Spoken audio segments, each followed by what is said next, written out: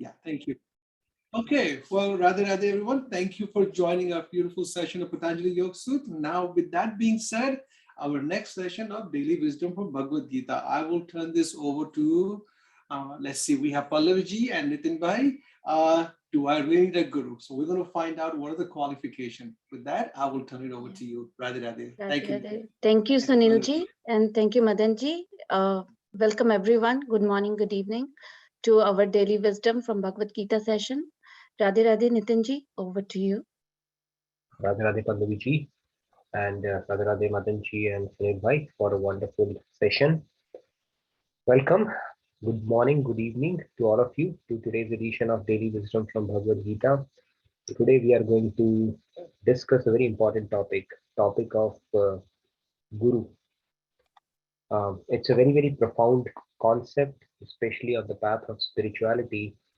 And this Guru word, if you look at it, it has been adopted even in the English language as well. As you would see, this word keeps cropping up time and again, right? You may have a marketing guru, an economics guru, a finance guru, and even in colleges, we simply say guru, right?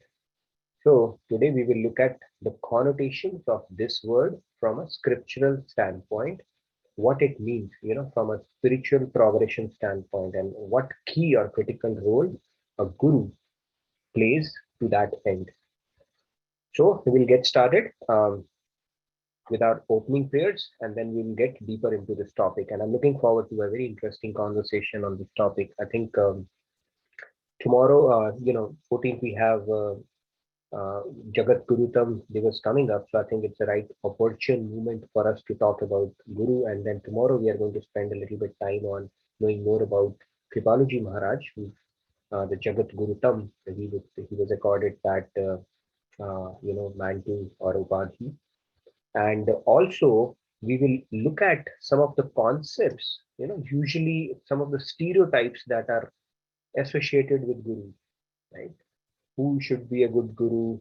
How do we look for a guru? What should be the qualifications of the guru mantra, like it is known as, right? So all of those things we will tackle, and we'll see how far we can go today, but we have tomorrow's time as well. And just wanted to let you know that Friday session mostly will be called off because we have a celebration at temple which you all are invited for. You can attend it virtually, and we have a lot of other programs coming up as well, which I think Pallavi is going to talk about anyways later. So without much delay, let me get started and share my screen, and we'll get started with our topic of discussion today. Like I said, are you able to see my screen? Yes. Okay, wonderful. So Guru, like I said, it's a word which is very commonly used in a lot of context. It has been adopted in Oxford Dictionary as well. Like I said, marketing guru and finance guru. So this word. Now today we are going to look at it purely from a scripture standpoint as it relates to our spiritual journey. And this shloka we do every day, right? So we'll get started with our opening prayers. Guru Brahma, Guru Vishnu, Gurudevo Maheshwaraha, Guru Sakshat Parabrahma, Tasmai Shri Guruve Namaha. Vasudeva Sutam Devam Kamsachanuramardhanam Devaki Paravanandam Krishnam Vande Jagatgurum. Krishnam Vande Jagatgurum. Radhe Radhe, welcome again to all of you. So today we are going to touch upon some of the topics such as why do we need a guru? Who is a true guru? How do we find a guru? Right? And if time permits, we'll get into the concept of guru mantra as well. Like people say, right? The significance of guru mantra, what is guru mantra? We'll see how far we can, otherwise we'll cover it tomorrow. So let's get started on this wonderful topic. So I picked up the Bhagavad Gita Shloka 4.34 to start off with. And like always, I'm going to recite it and then you're welcome to follow. We'll probably pick up a few hands because we have some content to cover and a lot of good discussion to follow. So I'll recite it and then you're welcome to follow it. Tad vidhi pranipate परिप्रश्नेन सेवया उपदेक्षन्ति ते ज्ञानम् ज्ञानिः तत्त्वदर्शिनः. Do you have anybody who wants to follow? Radhe Radhe, please raise your hand. I see Shaliji. Yeah, we'll probably pick up 3 or 4 hands today and then we'll get started. Yes, Shaliji, please go ahead. Shaliji, please unmute yourself. Radhe Radhe. Radhe Radhe Nitinji. Radhe Radhe, Shaliji. Tad vidhi pranipatena pariprashnena sevaya upadekshyanti te jnanam jnaninastatvadarshinaha. Thank Radhe you very Radhe. much. Wonderful. Thank you. Dinesh ji. Yeah, please unmute yourself. Radhe Radhe. Radhe Radhe. Tad vijjati pratipatena pariprasnena sevaya upadekshanti te gnanam nanina tattvadarshinaha. Radhe Radhe. Very nice. Thank you very much. Beautiful. Radhe Radhe. We'll pick up maybe 2 or 3 more hands. Yes, Shyamji, please go ahead. Radhe Radhe. Radhe Radhe, Shyamji. Tad vidhi pranipatena pariprashnena sevaya upadekshyanti te jnanam jnaninstav darshinaha. Radhe Radhe. Very nice, Shyamji. Radhe Radhe. So these words are coming in from Lord Krishna's mouth. He is telling you how to acquire, how to do the acquisition of spiritual knowledge. We'll get into that. Okay, we can probably pick up maybe 2 more hands and then we'll get started. Yeah, I would like to give chance to Tejasvi ji. I'm seeing her name for the first time. Please go ahead, Tejasvi ji. Radhe Radhe, Pallaviji, Nitin Bhaiya. Radhe Radhe, Shakti ji. This is the first time I'm going to recite the shloka. Okay. In case I do some mistake, please correct No me. worries. You're making your debut, so congratulations for that. All the best. Thank you. Tat vidhi pranipatena parishprashnena sevaya upadekshanti te jnana jnanina tattvadarshina. Very nice, Tejasvi. If there was a debut award like they have in Filmfare, you would have gotten it hands down. Okay, very nice. Very Thank nice. you. All right, let's pick a few more hands and then we'll get started. Yes, Ashutosh ji. Best newcomer or first reciter award. Yes, Ashutoshi, please go ahead. Radhe Radhe sir. Radhe Radhe. Tatvidhi pranipatena pariprasnena sevaya upadekshanti te jnanam jnanistatvadarshinaha. Very nice. All right, we'll take one more and then we'll get started. If you don't get a chance, maybe Yes, Rupa ji. or tomorrow you will get a chance on the same shloka. Yes. please. Radhe Radhe everyone. Radhe Radhe, Rupa ji. Tad vidhi pranipatena pariprashnena sevaya upadekshanti te jnanam jnanina tattvadarshina. Wonderful. Very nice, Rupa ji. So the short translation for this shloka goes like, Lord Krishna is telling Arjun that learn the truth by approaching a spiritual master. Truth is absolute. Truth is not relative.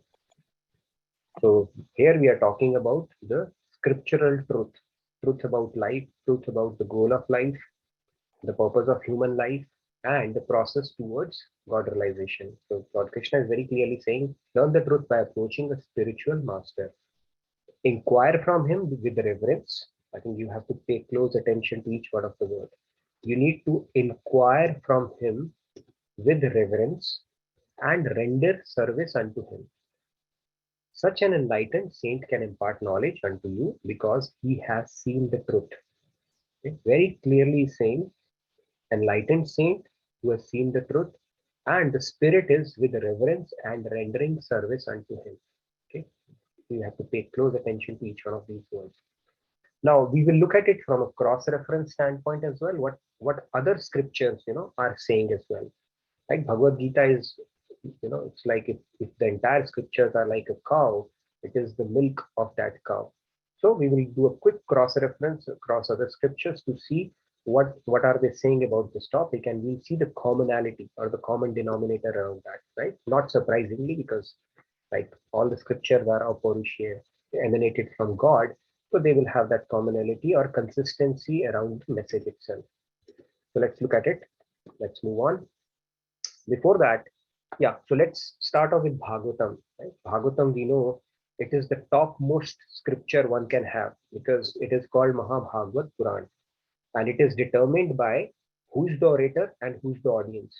So if you look at the quality of the orator and the audience, that is, Paramhans Shukdev, who was Paramhans, and then it is being told to Parikshit Maharaj, who completed his realization in his mother's womb itself, right? When he was given another birth after he was hit by Brahmastra, and then Lord Krishna gave him another life, right? So the quality of audience is pretty high here.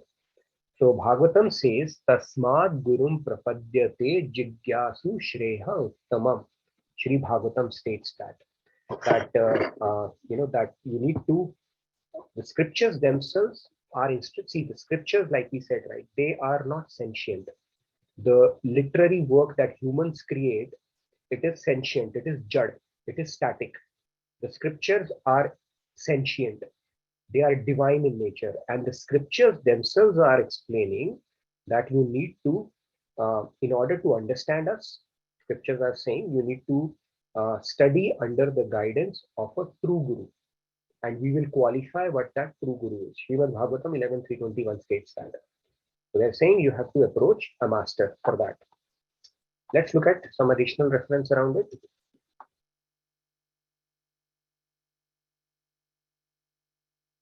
So the Advaya Taraka Upanishad states that the syllable, basically the shloka goes like this: Gu Shabdastva Andhakarasyat, Ru Shabdas Tannirodhak, Andhakara Nirodhatvat, Guru Ritya Abhidhiyate.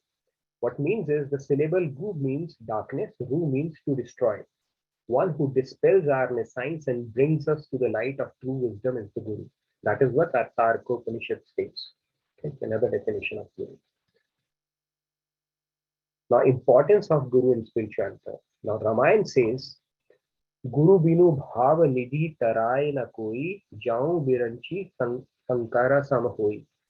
Even the most elevated of spiritual aspirants, they cannot cross over the material ocean without the grace of the Guru. Okay, Ramayana is stating that. If you look at it, even when God takes avatar, although God is the original Guru, right? When we do the prayers, Krishnam Vande Jagat Guru, he is the original Guru. But still, to show the world, they make a Guru. Like Sandipani Muni was the Guru of Lord Krishna, and then Vashisht was the Guru of Lord Rama. They do it to set an example. However, having said that, we will tackle this a little more tomorrow.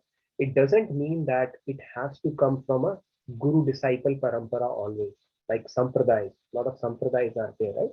Dvait, Vishisht, Advait, Vishisht Advait, and those Sampradayas, they get formed. So, it is possible that when a Guru or a saint comes, he may be following a disciplical succession from master to disciple, like Vivekananda said that the knowledge is disseminated from master to disciple, the chain of master to disciple, and it's even more important in the spiritual path. But it's not necessary. We will touch upon that topic tomorrow. Sometimes, somebody, Guru, saints take avatar, they may choose to form a Guru or they may not, because they come with an express purpose. However, our scriptures refer us for ordinary souls who are not yet God realized. It is impossible to cross over this Bhavasagar of Maya without the guidance of a spiritual Guru. This is what Ramayana is saying. Furthermore, Mundaka Upanishad, now it defines the qualification of a true Guru. Right? We have spoken about true Guru, the concept of Guru, and then qualified it with true. So what does this true mean now? Now Mundaka Upanishad 1-12 says that Tadvijnanartham sa gurumevabhigachet samit pani shrotriyam brahmanishtham. Okay. it says very clearly that you need to approach a spiritual master. Mundukopanishad is saying. Now, the qualification of true guru is stated as who is both well versed in the knowledge of scriptures and also seated on the platform of God realization. Both qualifications are important. Serve him with faith and humility. Again, it resonates with what we read in Bhagavad Gita as well, right? You have to have an attitude of submissive spirit, reverence, and render service unto him. And it states the same in the Upanishad. Serve him with faith and humility. Now, one would question, what is the service? Why serve him? Okay. And second is why this two criteria of theory plus practical both. Now, even in real life, if you look at it, if let's say you have to go for a surgery, God forbid, I mean, hopefully we don't have to, but if somebody has to go for a surgery, would you choose somebody who's a gold medalist in a, MD or DM in medicine, just fresh out of the college with a lot of theoretical knowledge, even though that person might be gold medalist, or somebody with 20-30 years of experience? Our common sense would tell us that we would go with somebody who not just knows the theory, but also has experience. So one, just theoretical knowledge is not good enough. It may be help a guru or not a guru, somebody to dispel our doubts to our satisfaction, possibly to some extent. But unless the guru is Brahmanishta himself, who has seen the truth, that gravity or that conviction will not come. That is why, as scriptures tell us, a proper guru should have both the qualifications. Should have seen the truth, as well as should be theoretically well versed, who can talk with the authority of scriptures, with bibliographical references, of course, and then they should be able to dispel your doubts to your satisfaction, because we cannot really progress if we have a lot of doubts. That is where the role of guru is more important. Now, coming to the service part of it, we think we are rendering service to guru, but actually the beauty of this concept is, yes, it is needed for us so that we can develop humility. We can develop the other virtues that are needed, to progress when it comes to surrender. But it is actually guru who is serving us. Okay, if with great fortune, with our sincerity of seeking and with the blessing and the grace of God, we find a true guru and we form that association, we accept them as guru in our heart. Then it's a two-way street. Guru is obviously working on us. We are rendering service to him in submissive spirit to the best of our ability. But at the same time, Guru is serving us much more than we are serving. You would ask how, right? They are actually fighting with our sanskars. They are actually removing the impediments. And they are doing a lot of things so that we can continue progressing on this path. So Guru is actually secretly serving us only. Now that, but the principle of Guru is obviously it goes with the extent of our surrender, because Guru's hands are also tied. He cannot violate the principles of God, right? So if he were to bestow grace upon us, he cannot do it freely. So when you render service with a submissive spirit, then we are freeing up Guru, which is anyway waiting to do. He wants to give us our entitlement and remove all the impediments and give us the divine love one day when we perfect ourselves. But then obviously he also has to follow the rule of God. And that rule of God is we have to approach Guru with a submissive spirit. We have to render service to them. And then we start freeing up the Guru too, so that we can start receiving his grace, which is much more than the little bit of service we are capable of providing back to him. They fight with our sanskars. They actually remove the obstacles, cobwebs in our mind, which are impeding us from progressing spiritually. So the role of Guru is very, very, very important. Even in material world, if you look at it, any subject, right? Physics, chemistry, math, forget about these heavyweight subjects. Even to learn our native language, we have to submit to our intellect to our teachers. Right? So if we are learning English, if the teacher is saying K-N-I-F-E is knife, you don't say kintu parantu, but it should be kanai, right? You simply accept it. And that is how we learn the rules of the language that we learn as well, whether it's Hindi, English, or any other language. So if in material world we need a teacher, in spiritual world, it is impossible to progress. That's a rule of God actually. So what is the technology? to reach God, to draw His grace? What is the technology or the rule to draw His grace? To perfect our surrender. How do we perfect our surrender? By purifying ourselves. And how do we purify ourselves? What is the technology around that? That's where Guru comes into picture. In Ramayana, Lord Ram says, Nirmal man jan mohi so pave, like one who has cleansed his heart is the person who can achieve me. Now the question is, how do we clean our heart? Where is the technology which can tell us how to clean our heart? And then Bhagavad Gita, Lord Krishna says finally in 1866 that Sarv Dharmam Parityajya Mam Ekam Sharanam Braj. He's saying surrender unto me. Now who will tell me what is surrender or how to do the surrender or where am I in terms of surrender from a spiritual trajectory standpoint? That is where the role of Guru comes into picture. He knows how to cleanse. What is your secret stash? The other day we were talking about it, that the Guru will confront because he knows that's where you're getting stuck, which results in cleansing of our heart. Then he will actually give you tasks, work on you like a chiseler, works on a sculpture, so that we can increase our surrender. And finally, the day we become perfect, his hands are completely freed up to give us their divine love. That is the ultimate purpose of the goal of life, right? So God's job is just to pick up the soul once he's ready.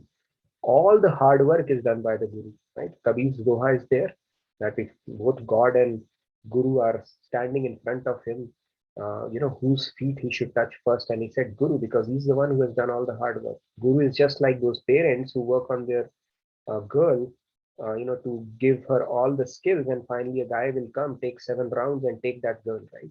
So did all the work, all the hard work was put in by the parents, and guy just picked it up. So similarly, all the hard work is done by Guru on the soul, and nothing satisfies Guru more than the soul responding or reciprocating to the instructions of the Guru, because that is something that serves the purpose of what Guru is working for. And Guru, once who is Brahmanist, right? Because by virtue of being God realized, is an instrument through which God is acting. Because Guru is a perfectly surrendered, perfected soul, there is absolutely no difference between Guru and God at that point. And they become an instrument to actually start working. It's difficult for our mundane intellect to understand that. And that is where we'll talk about some of the symptoms. How do we even identify some Guru, right? Because we are kindergarten students. How do we know somebody who's a doctorate or not? We don't have the capability to know that. And that's where we'll have a bit of a discussion. How do we get to a proper Guru, right? And what are some of the symptoms or some of the things that through our mundane intellect, we can look out for certain symptoms to say that he might be a good Guru or not, right? Because we cannot understand until we are God realized, we cannot understand the Guru who's God realized, right? And it's a chicken and egg kind of a situation. You need a Guru to become God realized, and unless you are God realized, you will not understand somebody else who's God realized. So we have to approach it with our mundane intellect with a few things, and then obviously God is there to guide us. So it's a little bit of a tricky situation, but we'll tackle that as well a bit in our discussion today. So we looked at some of the references from the Upanishads, Bhagavatam, Ramayana, and Bhagavad Gita on the significance of Guru, the meaning of the word Guru, and what are the qualifications of a true Guru. Now let's move further.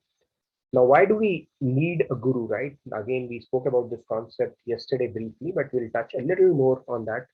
So these are some of the problems that we have, right? These 5 gentlemen, as you see, they are actually the panchakleshas that we have to deal with in this material world. Okay, and this is not our constitutional position of a soul. We deserve much better, okay, from that standpoint. However, starting with avidya, ignorance, that's the first one, which is the misconception of our true reality. First of all, we start considering the temporary as eternal, right? Everything, our relations, the world, the objects that we have, everything is temporary. And we consider impure as pure, right? We idolize people around, we fall in love with them, supposedly in love with them, and we consider they are the best people we have come across. I mean, I'm not saying people are bad, people are good, but then from a purity standpoint, we all are tainted with the 3 gunas of mayas. So Anything that is tainted or has the color of Maya is not completely pure. And then the pleasures that we get, right? Um, those we find pleasure which are actually painful in long run. And this distorted representation of reality is the first and the primary and the foremost or the fundamental kalesha that we are afflicted with. Now, when you are besieged with ignorance, it's like the life is about solving. If life you were to compare with solving some kind of a complex equation or of mathematics, and you might have done all the steps correctly, but you have made the fundamental mistake right at the very first step.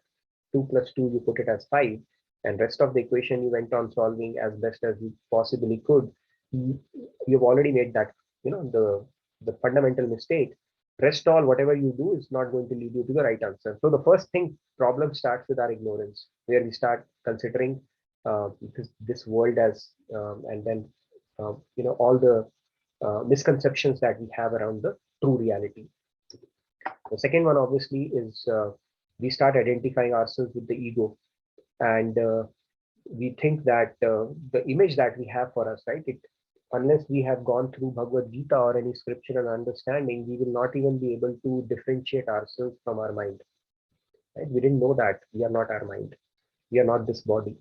So for most part of our lives, or pretty much so many lifetimes pass by where we are just thinking ourselves of us as this body. Right? That is what we associate our identity to, or this mind. And that self-image basically is created in our heads because of our appearance or these bodily associates or this manifestations of body. I mean, you say I'm poor, I'm rich, I'm so and so. So these projections are not real, and these projections we become trapped in those. The third one is called rag, that we know, rag and dvesh, both of these, that we start feeling attracted towards things which and have a false sense of satisfaction around those. The temporary pleasurable experiences that we get, and when we don't get what we desire, we suffer, and we know that these pleasures are not lasting; they fade away, and our entire life goes around rag and dvesh. I like this, I don't like this. I need this, I don't need this. I would like to have this, I would like to avoid this. So that rag dvesh cycle continues, and because of it, we experience that suffering, misery, and temporary pleasures as well. So that is another klesh. Then the last but not the least is abhinivesh, which is will to live. Now this is the universal and the most deeply ingrained klesha until we exit from this world.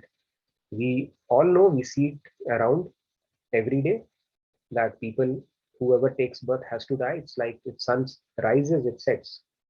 Nobody complains why did sun set, right?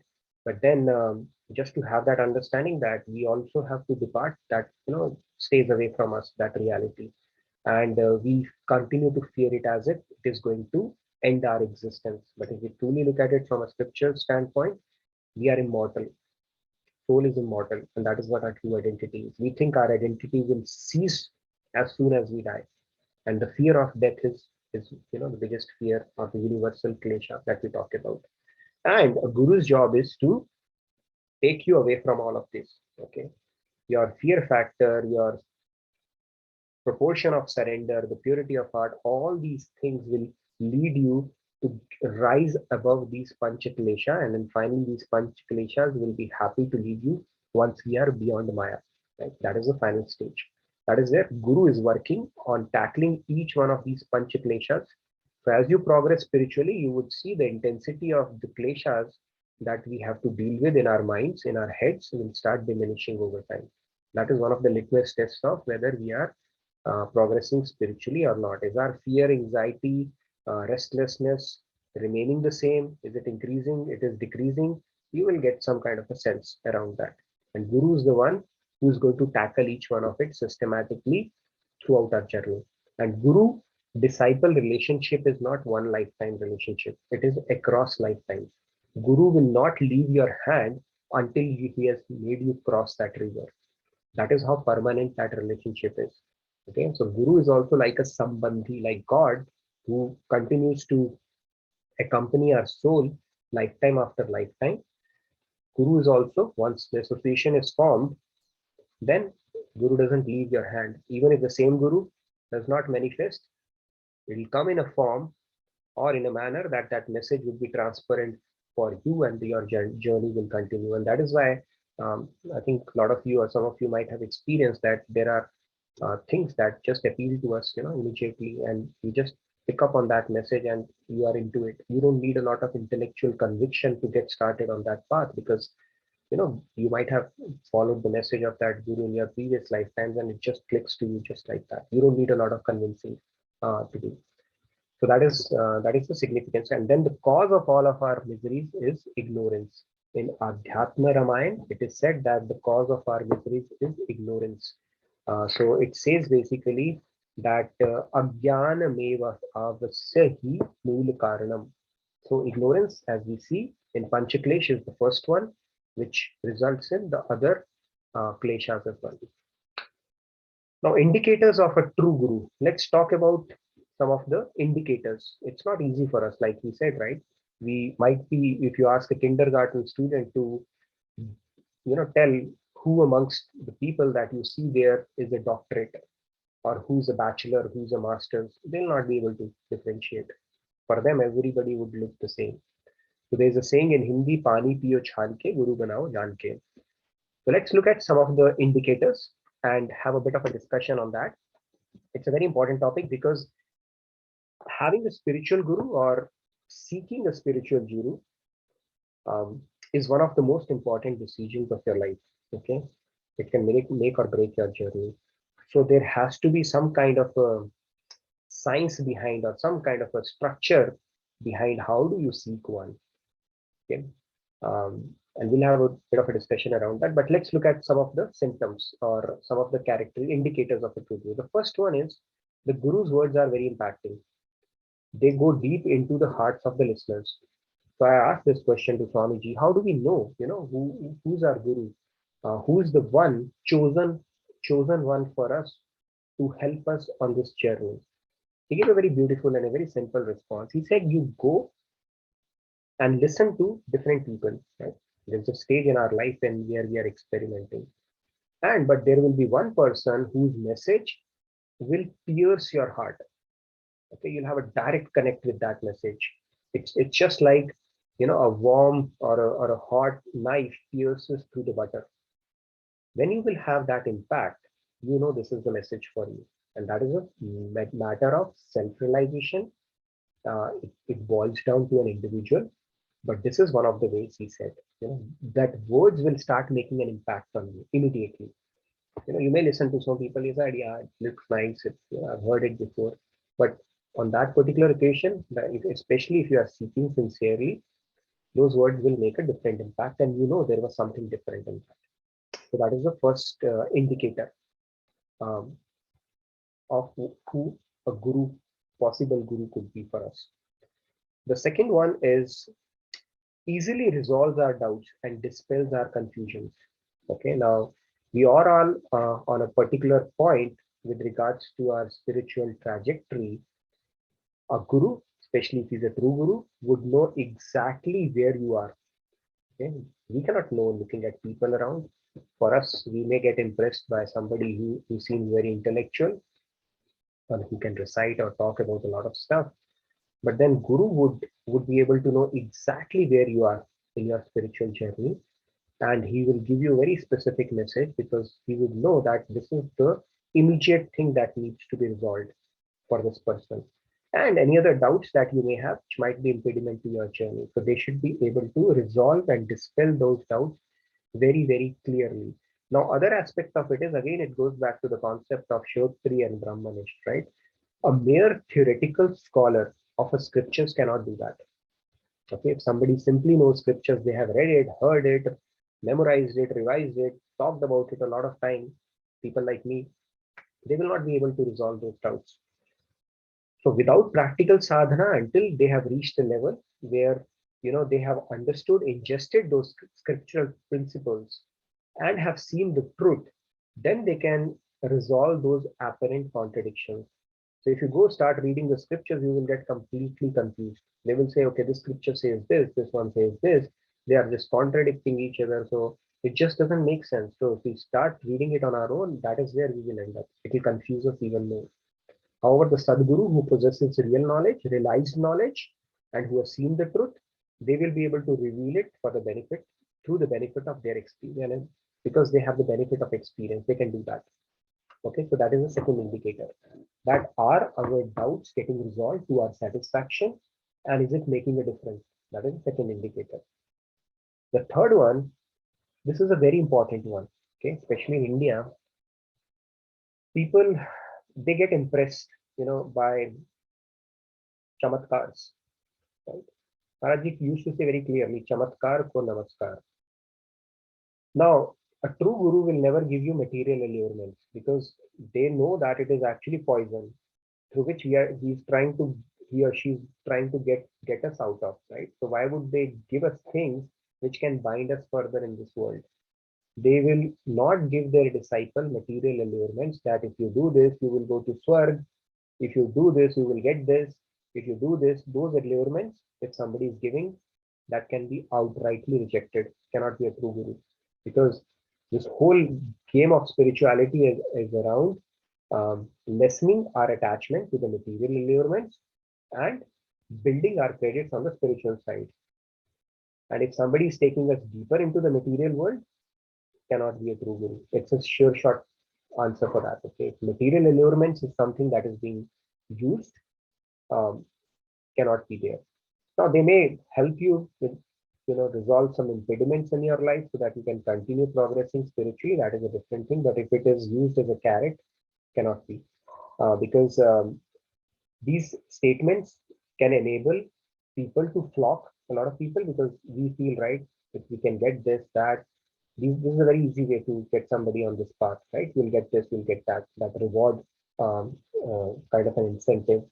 And that's not the goal of spiritual life. So a true guru will not take you towards the material allurements. That's another indicator. The fourth one is, it's a very important one to understand. The association with the true guru. You should feel that inspiration and that natural attraction towards getting attached to God. Yeah, those feelings that you would have never previously experienced, you would start feeling something of that sort. That is how powerful an association with a truly realized saint is. Their aura is so strong that it will feed into you as well. Some impact you will feel where your attachment towards God or your emotions or something will start increasing around that. And the over attachment to the world that we have, it should start diminishing. You start seeing those in perspective. That is another symptom, because God realized saint is like a fireball of God consciousness, and if we associate with him, we are bound to feel that effect. Right? If you when you feel cold and you walk towards the fire, you feel the heat. Similarly, this is something you would experience when you come in contact with them, or you come in association of those gurus. That is another indicator of a true guru. And that's again a matter of realization and an experience that you can feel. And last but not the least, it's a very important point, is that because God is seated within us, right? So God, there's an indication that will come from God as well. If you are seeking it for the right reason, and if you are a seeker of a true guru, then God will provide us that indication, because he understands that your desire is pure, you are sincerely seeking it, you are not seeking it for some siddhis or some material benefits. Then he will arrange, and he will make your heart urge for it. That message, he will make it urge for it. That urge or that pull you will feel, and that is something that God enables. And this is the most important indicator. So these are some of the indicators of how we can identify a true guru for ourselves. But like I said, it's not something so straightforward. We have to rely on God's grace for most part of it. But from our standpoint, the best thing that we can do is keeping our intentions pure, purity of heart, and seeking it for the right reasons with the proper knowledge, right? If we are seeking it for, I need to go to Swarg and enjoy life, or I need to get that promotion, or only if I become rich and famous, If you do that, then there's a good chance that we may fall for imposters, not a true guru, which can actually derail our journey. Like I said, it's one of the most, it's the most important decision of our life. And if you fall for a wrong guru, it's like handing over your entire life or your journey in wrong hands, which is not good. So we have to approach it with sincerity of heart, purity of intention, and then God is seated within. He knows our intention, and He will make sure your spiritual journey is not derailed, and you get to a person, the right person, or a true guru who can take your journey forward. So it all boils down to purity of our own intention, and then obviously there are some indicators that we can use to get to a person whom we can entrust our spiritual journey with. With that, let's get into a point to ponder. Dunning-Kruger, I found this graph pretty interesting. It says that there are a lot of people who say that, why do I need a guru, right? I come across a lot of people, they say, God is seated within me. I have a connect with God. I can make connect with God. Why do I have to go through a broker or a middleman in between, right? These kind of arguments do come. But scriptures tell us very clearly, not you need a guru. And this is the process, how you get that. And God's rule is you need to come approach me through a guru, right? Guru is nothing but a representative of God because he has actually completed his God realization and he's theoretically well versed. So you work with him, and then the day you are ready, you are up for the taking. So this Dunning-Kruger effect, it talks about the competence and confidence part of it, right? So a lot of people, they have a lot of confidence, self-confidence. So it says that it starts from know nothing to know very high. And when you are at the peak of your stupidity, which is called Mount Stupid, when you think you just know it all, that's when, your, if you look at it, your confidence is sky high. And then when you fall from there to the valley of despair, that's where your slope of enlightenment begins. And your competence truly starts increasing. So if you look at the peak there, you know nothing. And then you think you are you are somebody really big shot with regards to your knowledge. Your confidence is skyrocket, but you actually don't know anything. And that's when you peak, and hopefully with God's grace, you fall down from there. Then it's a the realization that I know nothing. I just don't know anything. In fact, in spirituality also, I'm sure a lot of you would have experienced it, that the more we progress on this path, the more we realize how less we know. Okay, so this is again one of the symptoms of progression. You start realizing it, that how little you know. Even Einstein, who's one of the scientists, the best scientist of our modern era, he said, the more I come to know, the more I realize how little I know. So he acquired that humility, when he was at the peak of his powers. And spirituality is no different. In this path, you will have deeper and newer realizations every day. And one of the realizations would be first start understanding how many imperfections we have, that we need to fix. And second is how little we know. So when you get into that mindset, that how little I know, that's when you are actually started building competence. All this while you just had confidence and no competence. Now you are building competence as well as confidence. And then that plateau of sustainability comes, and that is probably around the time you meet a guru and your spiritual journey starts taking flight.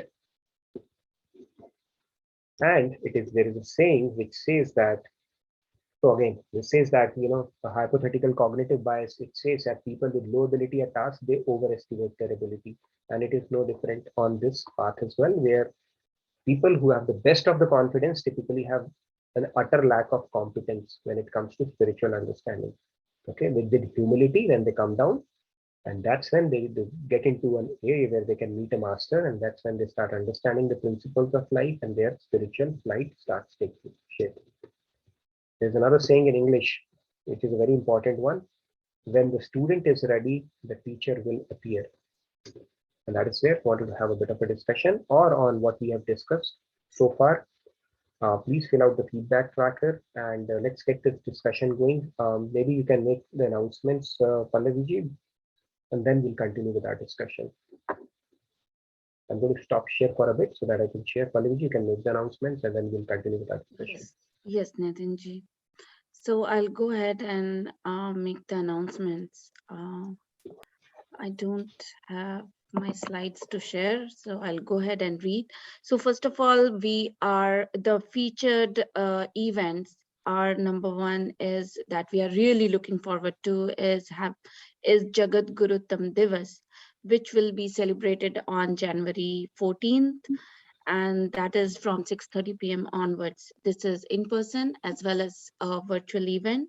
So we all are most welcome to join, and we are looking forward to this event. The second featured event I wanted to really mention is about the Dhanurmas Puja is going on in the temple. And for that, there is Sri Goda Krishna Kalyanam. So it's the divine wedding of Sri Krishna and Sri Goda. So I don't know much about this. Goda Devi, yeah.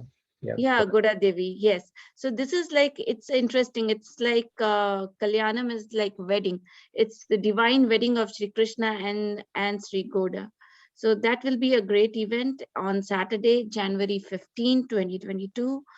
So please attend this. You can join online as well for this function. The next one is the featured event is Sanskriti 2020. So this is very interesting event, a cultural extravaganza by J.K. Yog, and that is uh, Bal Mukund and Youth Club. So there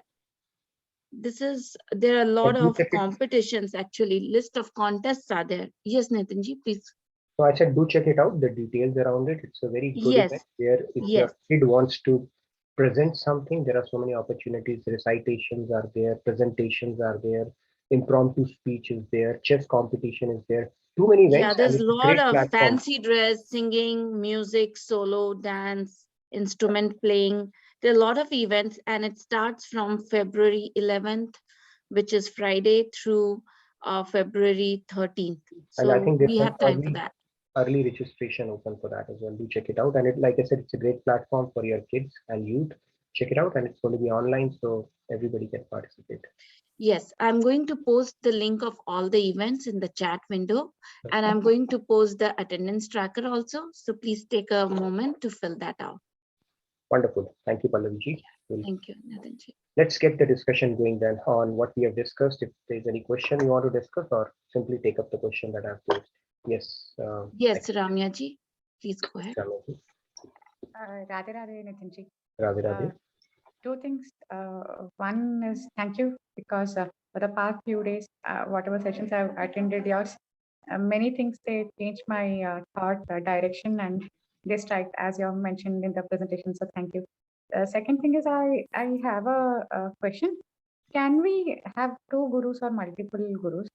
And like now in the place of lockdown and all, like most of the time there are a lot of Zoom meetings over spirituality. There's a lot of content available on the internet, and we attend multiple lessons, and we get inspired by many. But so in this case, can we have multiple gurus? Like, this was one question that I had. Yeah, so basically we'll touch up that topic a little more tomorrow.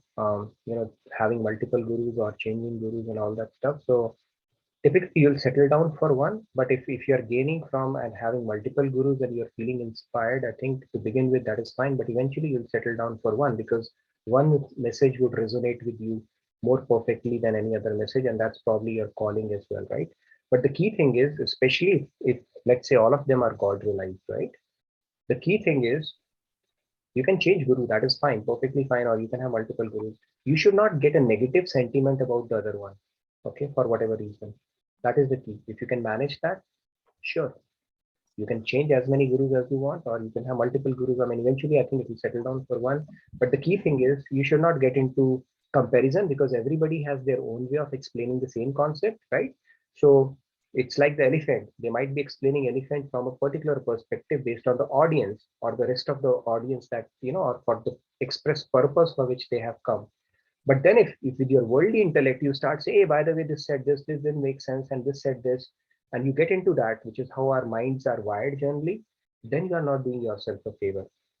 Okay, so if you can manage that without getting into some kind of a contradiction or some kind of a negative sentiment about any one of them, sure. Okay. Thank you for that. Thank you so much. Radhe Radhe. Radhe Radhe. Because Yes. see, this is said that it's called a namaprad in our scriptures. When you start thinking negative about the God realized saint, see, it's like when you start thinking negative about God, right? Guru can forgive it. But when you start thinking about negative about the God realized saint, God doesn't forgive until that Guru himself will. Guru will also forgive you. But it is considered, one of those things for which there is no upay kind of a deal. It's one of the really things which are not good for our spiritual journey. So we need to be very cautious about that, because we don't know whose God realized, right? And that's where we need to be a little cautious about. So yes, any Yes. other question? Please go ahead. Radhe Radhe, bye. Shamji? As always, my wife Naina will say something. I'm a good listener. She's a good speaker. That's how All my right. wife is going. Radhe Sure, Radhe. Naina, it's always good to hear you. Please. Radhe Radhe and Atma Namaste to all the beautiful souls here. So Radhe. this is like one of the very favorite topics of what Nitinji was talking today. So I just wanted to share my knowledge for the Guru. Guru is someone who's actually, everybody knows about it, but just to making the ground levels, who's taking us out of the darkness and taking us towards the light. And before I go ahead, one question what someone asked just now, that can we have a multiple guru? So here, my understanding is that, in this birth time, there could be some ex-person who we have chosen as a guru, or we are under the Sharnagati or under that shelter of that guru. So ultimately, when we are ready and we are the chosen ones, that is very, very important for us to understand and to believe that. And at that level, at the guru's level, there is nothing like mera and tera. If my guru ultimate whichever guru I belong to, if he is busy taking care of other sharnagats, some guru can take care of me in this birth time, or maybe कोई ऐसी एक quality जो मेरे को इस birth में I really need to work on that. So I might be put under the guidance of that guru to learn that particular quality. जैसे हम यूनिवर्सिटी से किसी और यूनिवर्सिटी में जाते हैं to do the internship or to learn further things. This is a very, very deeper understanding on the gurus.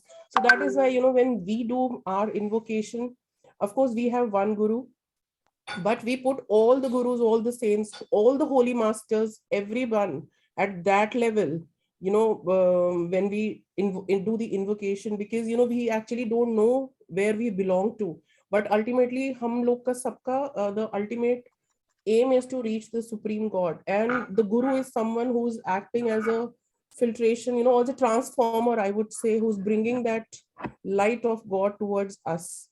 So it is a very, very deeper topic, and I can go on and on and on. And I, as Nitinji was talking, I just wanted to give my inputs on this. Guru is I think the time is Yes, sorry. Yes, finish off your thought, please. So that is why if we have if we actually in this time we can be under the chhatra chaya or of some ex-guru, and in next birth we could be, actually we belong to some other guru. It's nothing like belonging or something. The ultimate aim is to reach the supreme God. That is what my understanding is. And guru is someone who will actually just pick us up and take us to another level. And of course, before we reach that level, there are many character buildings and many things which we really need to work on, so that we can reach there. So I don't know whether my input is actually making sense. No, to it does. I think it's a deeper topic, so I understand what you're trying to say is, yes, that is true. And very important is, that we think, whenever we start doubting the guru, which is, which is like a very, very big mistake, because we have, as a human body, we have limitations. Our limitations is not the limitation of the guru. Very true, because Guru is actually, Brahmanist is actually God realized. So we cannot dissect them with our material intellect. Great point. So let's hear from other participants as well. Thank you so much, Hanaji. I think we can continue this discussion tomorrow, especially on some of the aspects that you touched upon. I know it's a much deeper conversation. Let's hear from other participants as well. What do they have to say about this topic, or the question that I posed? Thank you again. Thank you, Nanaji. Anshumanji, please go ahead. Anshuman. Radhe, Radhe. Yeah, I think it's a very, very important topic, Nitinji, and you very nicely explained. In fact, it's very rare to get the human birth, and it, in fact, rarest still is to have a desire to know God, and the rarest is to find a God-realized saint as our guru. Yes. In fact, to have a guru and our attunement with the guru is one of the necessary conditions required for success on the spiritual path. And you mentioned about when the student is ready, the teacher will appear. I think that is very, very true. And we have to be a right adhikari and eligible to have the blessings of a guru. I think that is very important. And it's not that we who select the guru, it is the guru who selects us. And it is God who sends the guru to us, looking at our spiritual development. Very true. And we may have a past sanskaras, because of which we may or we may not get a guru, but then we should continue our sadhana and satsang so that we are eligible. Now, it's very, very important. Guru is the true reflection of God, and through Guru, we realize the reality of God. And it's very, very important. In fact, it's said that a Guru is a living proof of the scripture. So the scripture, Bhagavad Gita, or any of the scripture, I mean, it is just a book, or it has deep concepts, but the living proof is the Guru, through which actually, if he lives the scripture, so it's very important to, I think, follow a Guru. Now, it's very, very important. Guru is God. And Swami Sivananda says that, and I would like to answer the question by one of the participants, that should we have one Guru or many Gurus? In fact, it's like going to a doctor. If you go to one doctor, it's a prescription. If you go to two doctors, it will be consultation. But imagine you go to 5 doctors and they give different medicines, and what is going to happen? And Swamiji mentions that listen to all, but follow one. Respect all, but adore one. Gather knowledge from all, but adopt the teachings of one master. And then only you can have the spiritual progress. So we should have one Guru and deep dive into his teachings, but it is good to get inspiration from many. There can be many teachers, but only one Guru. Beautiful. Very nicely explained, Anshumanji. I think you gave a very nice analogy in terms of doctor. Yes, actually, it's practically not possible for us to be doing, having 5 doctor consultations going on. Just not possible. Yes, it could happen during our initial phase of experimentation, but eventually we will settle down. We have to settle down for one, because there will be one message that is piercing your heart time and again. We just need to hang on to that, and first of all have that awareness, and then be able to latch on to that for sure. Great points. Loved it. All right, let's hear from other participants as well. Yes, thank you, Anshumanji. And one more point I wanted to add, Anshumanji said that yes, it's the Guru who finds us, and I always joke around, even at home, that people like me got picked up in a Black Friday sale, with no eligibility, no adhikarita, and somehow Swamiji Maharaji picked us up. But for whatever reason, they picked us up. I mean, I'm very grateful for that. Yes, let's hear from other participants. Ashutoshji, please go ahead. Radhe Radhe Dindi.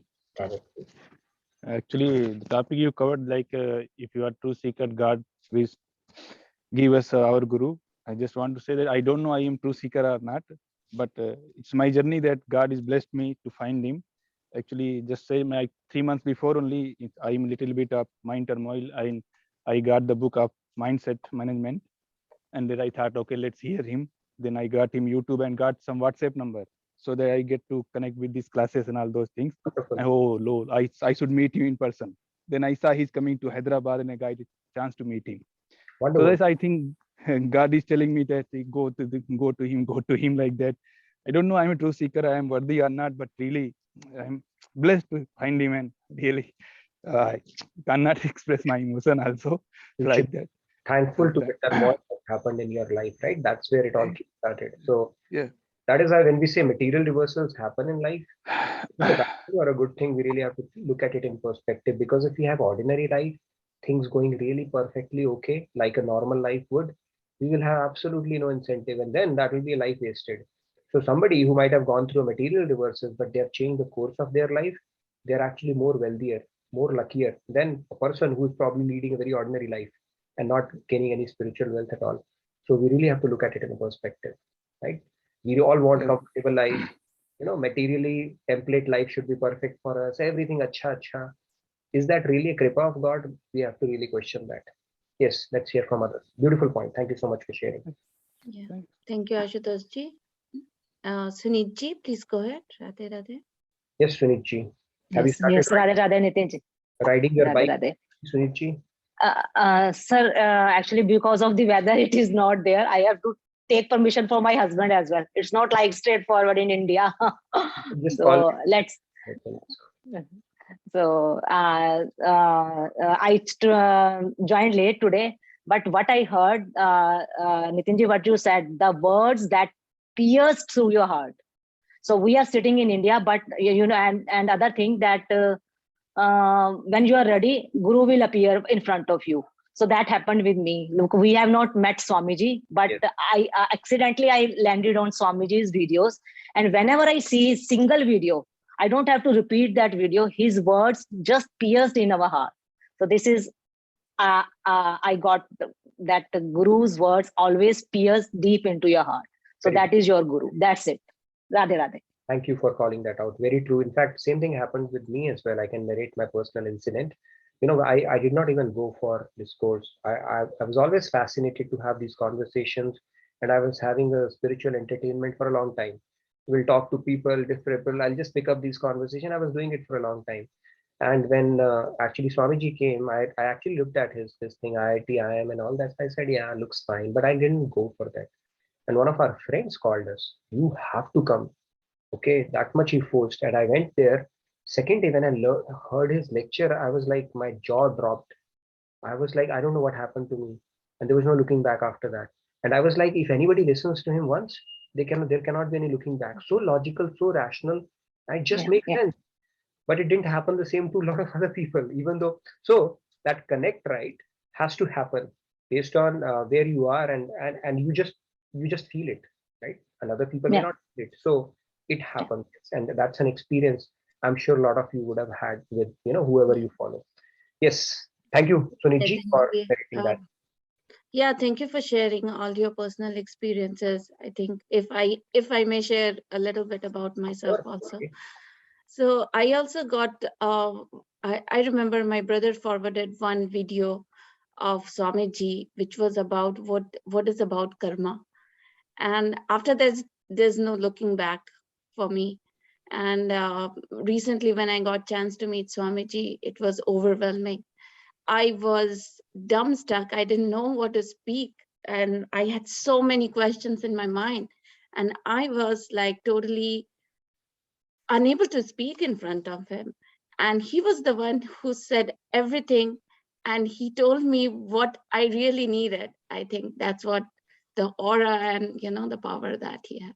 You experience that, right? They would just talk a little thing, but that this is the nugget for you, for now. Yeah. Matter of realization. Thank you for sharing that, Pallaviji. Beautiful. Thank you, Nitinji. Padmaji, thanks for waiting. Please go ahead. Yes, Padmaji. Radhe Radhe. Love to hear your experience as well. Let me just share like few things which I will expand on the portal first, and then I will share my experience. Sure. So we know the mirror analogy, right? We can see ourselves in the mirror, and many gurus will come in your way. It might be gurus, it might be a book, it might be something, but it is that guru who will give you the tools where you can shine your mirror. So that is the difference between just having different gurus who will actually show yourself in the mirror, but the true one will actually help you and give you the tools to actually shine your mirror. That is one analogy that one can think of. And the other thing that I want to say is, you will get answers from many discourses. You will get answers for many of the questions that you will have from many different gurus. But the true one that you have to identify with, and you will identify with, will give you lifetime rules or lifetime tools where you're self-sufficient and where you will actually become self-realized. When you're seeing those changes happen in your life, that you're actually self-sufficient and you're actually self-realizing, that's when you can say very foundationally that I have found this guru. And it takes a little bit of time for you to grow on that faith, but when you're seeing those moments happen, see the difference. It's just not answers for your questions, but these are the tools which you can take up for the whole life. That is number 2. And number 3 thing is, you will show yourself in your actions every day to day, how you're behaving, what are you choosing to do, what you're not choosing to do. That is a true reflection of that you're influenced by a true guru who has come into your life. Your actions will show you that you're going in the right path. Yep. The very last one is, they will help you expand what is the word that I'm looking for?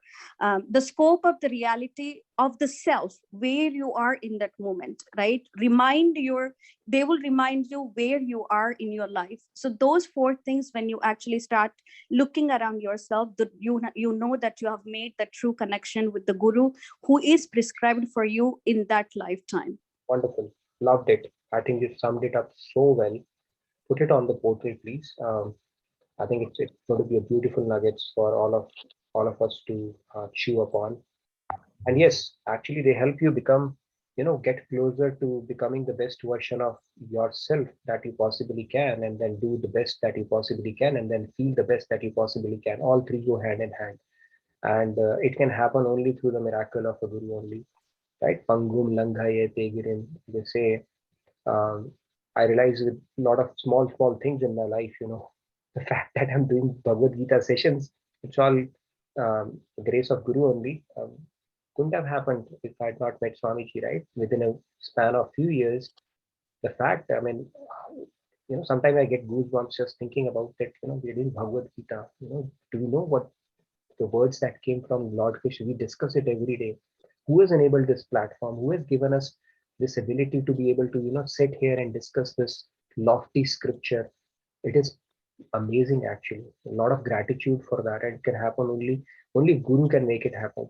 Ordinary people like me, we would spend our entire life just doing regular things without even knowing we could actually do a little bit on this side as well.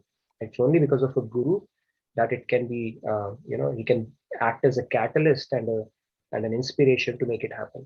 Yes, I can see a couple of other hands. Let's hear from Champaji as well. Yes, thank you, Padmaji. Champaji, please go ahead. Champaji, good to hear you after long. Radhe Radhe. Excellent sessions, and today's session also very nice. What I want to emphasize here is, all of us, we have got the causeless mercy of our Guru, because even I have gone through many gurus, but our particular Guru, Swami Mukundanandji, he extends his hand more than we do to him. The kind of time he gives to you people, us, is something amazing through that SMSC, and when he comes to our city, and he's in no hurry to sort of, finish everything. And after every online retreat, he gives importance to those who have been online, and he is actually a real Guru. See, even in a class like this, sometimes when we don't have a proper solid reason, we are scared to talk in front of all the, highly knowledgeable people. In front of Swamiji, you're like a child. Even silly questions we ask, and he never snaps and says, how silly, I already answered this and all that. Yes. For everything, he has, an answer, and simple, calm, and he does not discriminate between his devotees, knowledgeable, not knowledgeable, senior, when I go to other mutts and all that, there is always preference for the senior devotees and the junior devotees are at the back. Here we are all equal, you know. That is one thing I wanted to emphasize. This is something special, very special in JK Yoga. Thank you. What do you call Radhe it? Radhe. You acknowledge that, Champaji, we get to experience that every year and throughout the year. In fact, it's amazing. I mean, you can idolize him. You know, I even the way he conducts the meetings, I can mimic that in our corporate life. The way he goes about his work ethic, the enthusiasm he shows, the humility. I mean, you just pick up anything. If you simply idolize him, you can make your life a grand success for sure. In fact, I remember one of the conversations I was having with him initially. I used to ask him a lot of questions when he would come. Right now, when I look back, you know, it's like, okay, so many questions I would ask him, all kind of questions, and he would patiently answer everything. So I asked him one thing that, I mean, don't you feel, you know, sad or a little, um, you know, a little different seeing people, what are we running after and the kind of lives we are leading and the kind of priorities we have? He immediately responded, well, no, that's not the way to look at it. Everybody is perfectly situated where they need to be. And I was like, wow, what an answer, you know. So the way he approaches everything is purely out of compassion. Okay, there's no element of pity, and he's just situated in knowledge, you know, all the times. You'll always get the perfect answer. I never have seen him rushed, either in his lectures or in his responses, or for that matter, anything.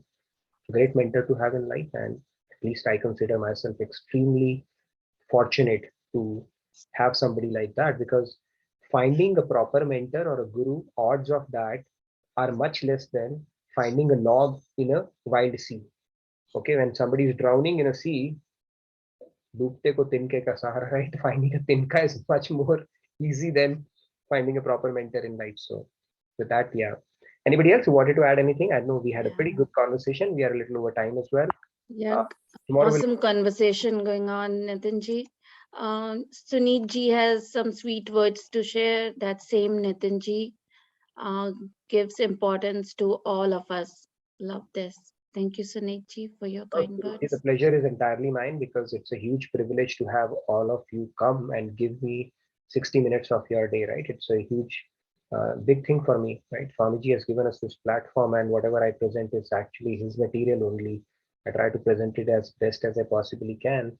But the fact that you come and listen and participate makes a lot of difference, and motivates me every day to come up and prepare my best as I possibly can. So thank you very much, Sunitji, for that. I can see one more hand. Yes. Aarti ji, please unmute Yes, yourself. Aarti.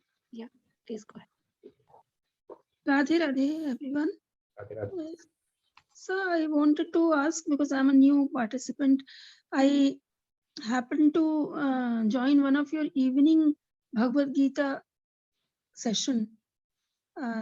Is it still going on, or I mean the timings are changed? Is it this one? So this is daily wisdom from Bhagavad Gita. In addition to that, we have some other sessions going on as well. I believe some of them are weekly, some are other weekdays. I don't know which one did you attend, but this one is specifically at this time only, which will be a morning time in India, 8 a.m. It will shift to 7:30 a.m. from March. I'm looking forward to that. But then this is a daily session, and it happens at a specific hour only. I'm not sure which. It is on, sorry to interrupt. It is on Bhagavad Gita. Yeah, Bhagavad Gita. That session was also on Bhagavad Gita only, sir. It was during the evening times in India. You may want to check it out, the schedule, which session you attended. But this session happens at a very specific time every day, 8:30 a.m. India time. There might be another session. You can check it out on the JK Yoga online classes. They publish the schedule. It's not there at the top of my head, but it is quite possible you attended some other session, if not this one. Thank you, sir. Yes, Aarti ji might have attended some 8:30 p.m. session, and yes, ma'am. Yes, there are some schedule, Aarti ji, that you can receive if you sign up to receive the WhatsApp reminder and the messages. So yeah. Yeah. Ma'am, may I get today's attendance? Feedback tracker, please fill it up. I think that link has been provided. And if you want to, participate in Seva, some of you, thank you for that, reaching out. And if you're interested, please fill it up as well. I think one simple thing all of you can do is probably share it on your, WhatsApp groups or Facebook groups so that others can join and benefit from these sessions as well. I see a lot of participants who invited their friends and family and now they are regulars. So you can share it with your friends, family, and whoever feels inspired can start joining as well. That is a little seva you can help with.